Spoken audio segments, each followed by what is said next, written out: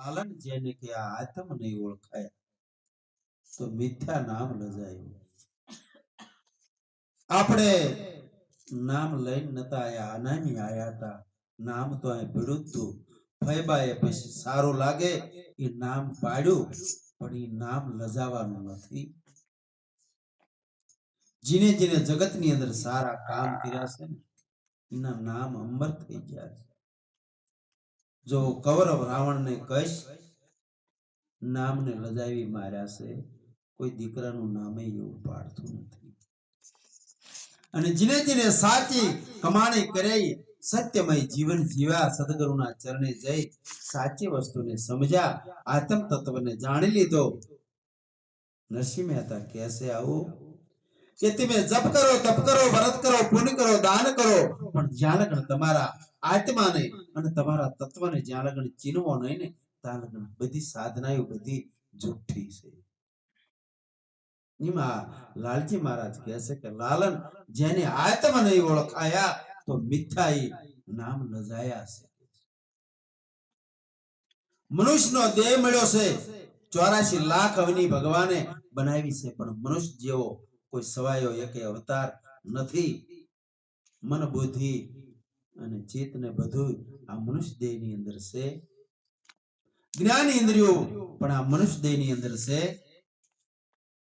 જ્ઞાનના રીતે વર્તો તો તમે ભવબંધન થી છૂટી જાશો, અને જો જ્ઞાનની રીતે નહીં વર્તો તો આ છે તો જ્ઞાન ઇન્દ્રિયો પણ કર્મ ઇન્દ્રિયો બની અને કર્મથી બંધાઈ જાશો, અને પછી ભવે ભવ તમે ભટકણો 84 લાખ અવનીમાં ભટકવું પડશે.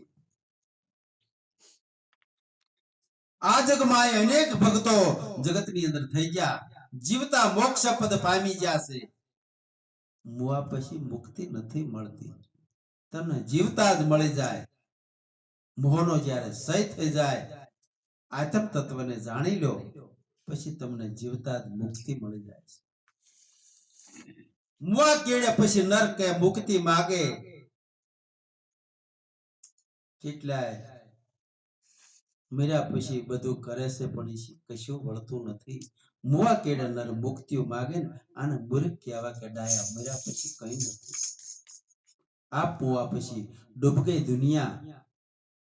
તમને જીવતા નિર્વાણ પદને પામવાનું છે અને મુક્તિ મેળવવાની છે. આવું જ્યારે જ્ઞાન મનની અંદર પ્રાપ્ત થાય ત્યારે નિર્ભય પદ આત્મા બને છે.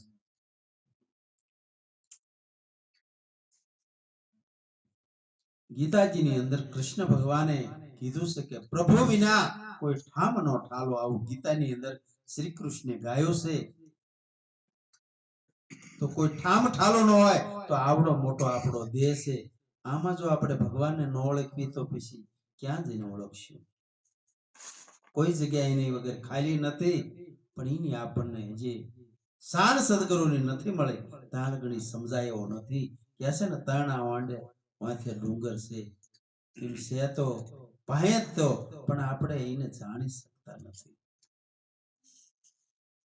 ટીકોટી મહેલના તાળા વાસ્યા છે, જ્યારે સદગુરુની કૂચી લાગે ને તારે આ તાળા ખોલાય છે, તારે જ બ્રહ્મ એટલે ભગવાનના દર્શન થાય છે. આપમાં હરીને આપે નો ભાડ્યા તો મિથ્યા નામ લજાયા છે.